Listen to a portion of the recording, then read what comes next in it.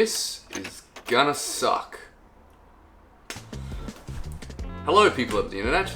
This is episode 1 of something. It's essentially a camera test for me, but I want to also add some value for you guys, so let's talk about planning. Spilled some. Well, I'm going to talk about this in sort of the context that I know best, which is photography and art and that sort of jazz, but you can really apply this to anything, and if you think about it, I'm sure you'll have something to take away. From just thinking about it recently, I've broken it down into 3 steps, or 3 points, and well, let's go over to the computer and talk about number 1.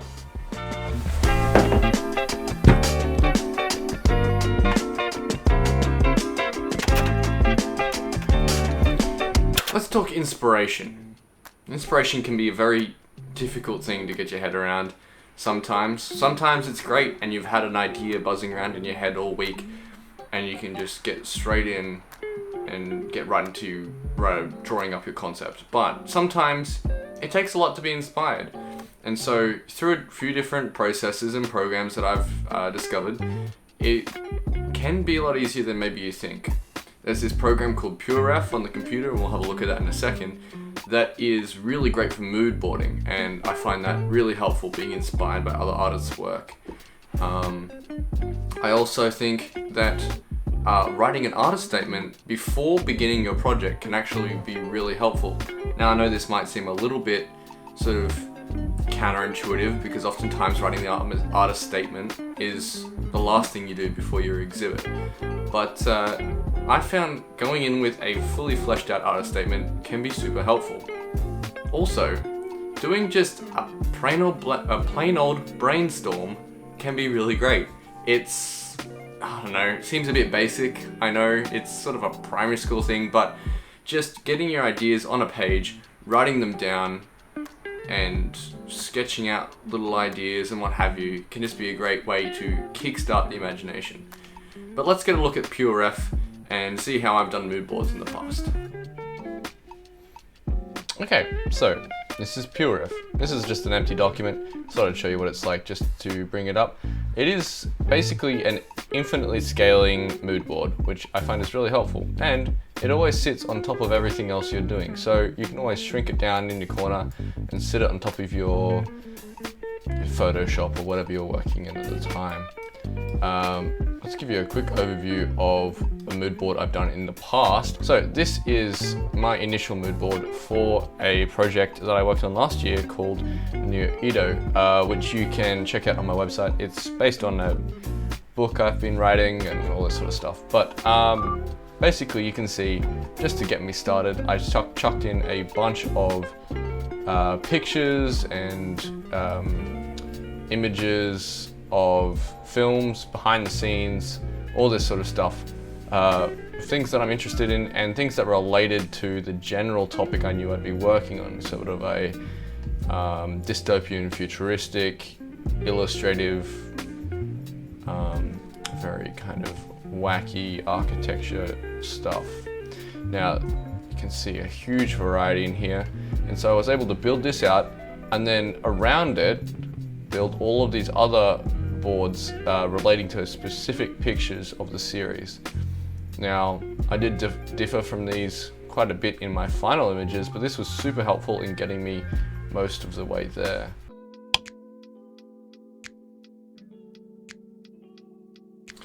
So this here is the book that I write down all of my ideas in. I then take those ideas and make a mood board around them, like we talked about just now.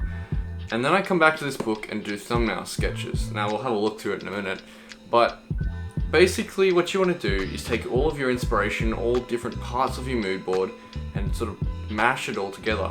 Not any one thing is going to be your inspiration for your project. That's not exactly plagiarism, but it's coming pretty close.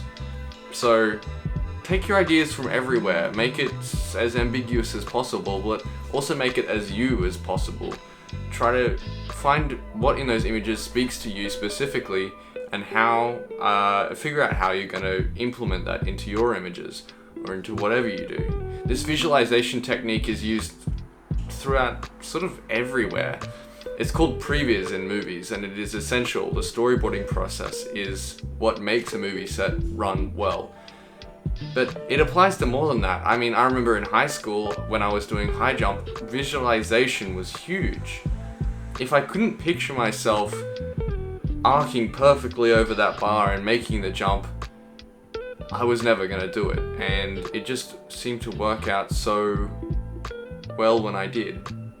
So previs, it's important. Let's take a look at the book.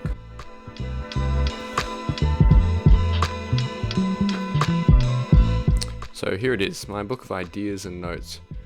It's not too fancy, just scribbles really. Things for, like, look how bad that drawing is. Pretty rough if you ask me. All it was getting a particular pose and an idea down on a page. Here you can see some iterations on a sketch that I was working on. Sort of came together a little bit further on in another iteration. You can also see here some costume design that I put together. These costumes I then went out and bought all the bits for and what have you. Here we have a V2 of one of the earlier pictures. And so here we are, the final sketches, thumbnail sketches, although they're slightly bigger than thumbnail sketches, for the images.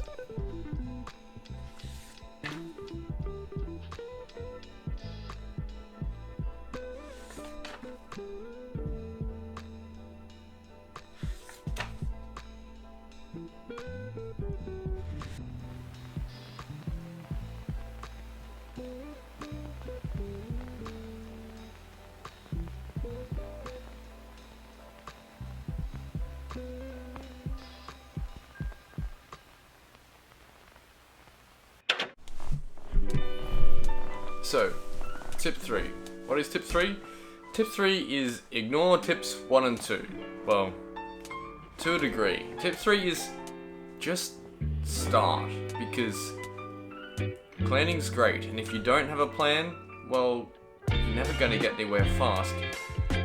But planning is never also going to finish the project. So just get out there and shoot, or do whatever you need to do on your project to get it done. Because it might suck, just like this video, but you're never gonna learn unless you try. And I mean, at least for me, that's really the only way I learn, is by doing it. So there you go. 3 steps, 3 ideas to maybe consider next time you start a big project, or even a little one. Alright, people of the internet, thanks for listening. Signing off. Bye. Find a way to go back in time. Find a way we can press rewind. So I'll be standing right there.